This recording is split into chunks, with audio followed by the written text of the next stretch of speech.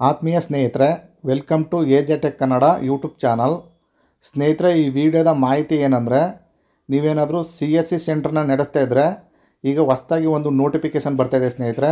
ನೀವು KYCನ ಮ್ಯಾಂಡೇಟರಿಯಾಗಿ ಮಾಡಬೇಕು ಅಂತೇಳಿ ನೀವು CSC ID ಲಾಗಿನ್ ಮಾಡ್ಕೊಂಡಿದ್ದ ನಂತರ ನಿಮಗೆ ಈ ರೀತಿ ಒಂದು ಪಾಪಪ್ ಶೋ ಆಗುತ್ತೆ. Your early KYC is due, please complete your KYC ಅಂತೇಳಿ ಒಂದು ಪಾಪಪ್ ಶೋ ಆಗುತ್ತೆ. ನೀವು ಅಪ್ಡೇಟ್ ಮಾಡೋಕ್ಕೆ ಹೋದಾಗ ಅಲ್ಲಿ ತುಂಬ ಎರರ್ಗಳು ಬರ್ತಾಯಿದೆ. ಸಪೋಸು ನಿಮ್ಮ ಆಧಾರ್ ಅಪ್ಡೇಟ್ನ ತೊಗೊಳ್ತಾ ಇಲ್ಲ, ವ್ಯಾಲಿಡೇಟ್ ಮಾಡಿದ್ರೆ ನಿಮಗೆ ಎರರ್ ಬರ್ತಾಯಿದೆ. ಹಾಗೆಯೇ ಪಾನ್ ಅಪ್ಡೇಟ್ ಮಾಡಿದ್ರು ಕೂಡ ನಿಮಗೆ ಎರರ್ ಬರ್ತಾಯಿದೆ. ಈ ವಿಡಿಯೋದಲ್ಲಿ ನಾನು ಯಾವ ರೀತಿ ಸಕ್ಸಸ್ಫುಲ್ಲಾಗಿ KYCನ ಮಾಡೋದು ಅಂತ ತೋರಿಸ್ಕೊಡ್ತೀನಿ ಸ್ನೇಹಿತರೆ. ನೀವೆಲ್ಲೂ ಸ್ಕಿಪ್ ಮಾಡ್ದಂಗೆ ನೋಡಿ. ಇಲ್ಲಿ ಅಪ್ಡೇಟ್ ನೋ ಅಂತ ಇದೆ, ಅದನ್ನ ಕ್ಲಿಕ್ ಮಾಡಿದ್ರೆ ನಿಮಗೆ ಈ ರೀತಿ ನೆಕ್ಸ್ಟ್ ಪೇಜ್ ಓಪನ್ ಆಗುತ್ತೆ. ಇಲ್ಲಿ ಕಾಣ್ತಾ ಇರ್ತಕ್ಕಂಥ ಈ ಫಾರಮ್ನ ನೀವು ಫುಲ್ಫಿಲ್ ಮಾಡಬೇಕಾಗತ್ತೆ.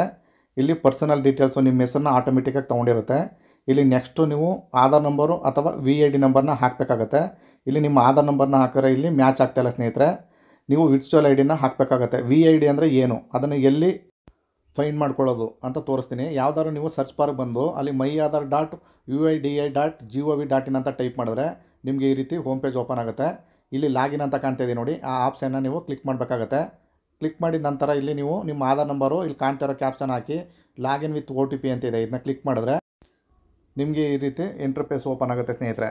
ಇಲ್ಲಿ ನೀವು ಜನರೇಟ್ ವಿರ್ಚುವಲ್ ID ಅಂತ ಆಪ್ಷನ್ ಇದೆ ನೋಡಿ, ಇದೇ VID ಆಪ್ಷನು. ಇದನ್ನ ಕ್ಲಿಕ್ ಮಾಡಿದ್ರೆ ನಿಮಗೆ ಇಲ್ಲಿ ರೀಟ್ರೈವ್ VID ಅಂತ ಕಾಣುತ್ತೆ. ಆಪ್ಷನ್ನ ಚೂಸ್ ಮಾಡ್ಕೊಳ್ಳಿ. ನೆಕ್ಸ್ಟ್ ಅಂತ ಕೊಟ್ಟರೆ ನಿಮಗೆ ಈ ರೀತಿ ನಿಮ್ಮ ವಿರ್ಚುವಲ್ ID ಫೈಂಡ್ ಆಗುತ್ತೆ ಸ್ನೇಹಿತರೆ. ಇದನ್ನು ನೀವು ಬರೆದಿಟ್ಕೊಳ್ಳಿ.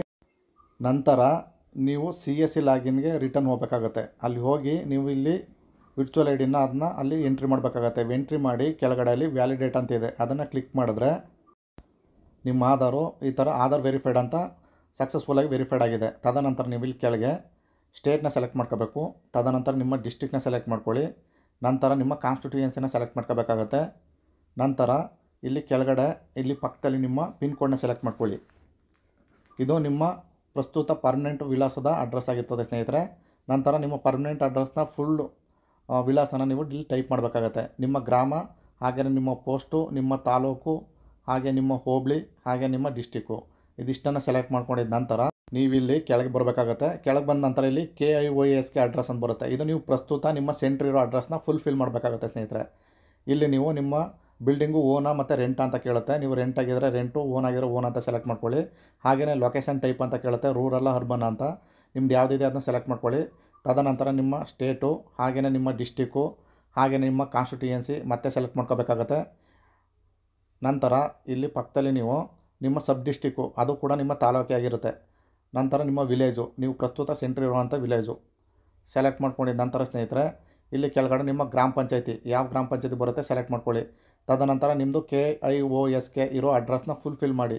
ಅಂದರೆ ನಿಮ್ಮ ಪರ್ಮನೆಂಟ್ ಅಡ್ರೆಸ್ಸು ಬೇರೆ ಕಡೆ ಇದ್ದು ನೀವು ಪ್ರಸ್ತುತ ಸೆಂಟ್ರ್ ಇರೋ ಅಡ್ರೆಸ್ನ ಸಪ್ರೇಟಾಗಿ ಏಜೆಟಿಸು ನೀವು ಏನಿದೆ ಅದನ್ನು ಟೈಪ್ ಮಾಡಬೇಕಾಗತ್ತೆ.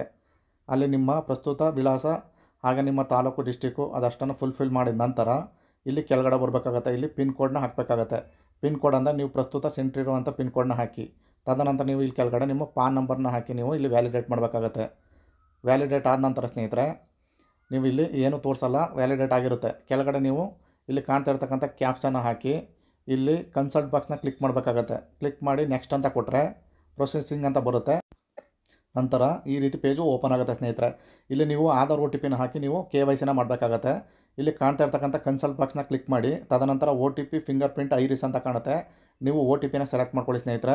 ನಂತರ ಇಲ್ಲಿ ಕೆಳಗಡೆ ಜನರೇಟ್ OTP ಅಂತ ಬರುತ್ತೆ, ಅದನ್ನು ಕ್ಲಿಕ್ ಮಾಡಿದ್ರೆ ನಿಮ್ಮ ಆಧಾರ್ ರಿಜಿಸ್ಟರ್ಡ್ ಮೊಬೈಲ್ ನಂಬರ್ಗೆ ಒಂದು OTP ಬರುತ್ತೆ. ಅಲ್ಲಿ ಕಾಣ್ತಾ ಇರೋ ಬಾಕ್ಸ್ಗೆ OTPನ ಹಾಕಿ ವೆರಿಫೈಡ್ OTP ಅಂತ ಕ್ಲಿಕ್ ಮಾಡಿದ್ರೆ ನಂತರ ನಿಮಗೆ ಈ ರೀತಿ ನೆಕ್ಸ್ಟ್ ಪೇಜ್ ಓಪನ್ ಆಗುತ್ತೆ ಸ್ನೇಹಿತರೆ. Your KYC has been completed successfully ಅಂತ ಪಾಪಪ್ಪು ಶೋ ಆಗುತ್ತೆ.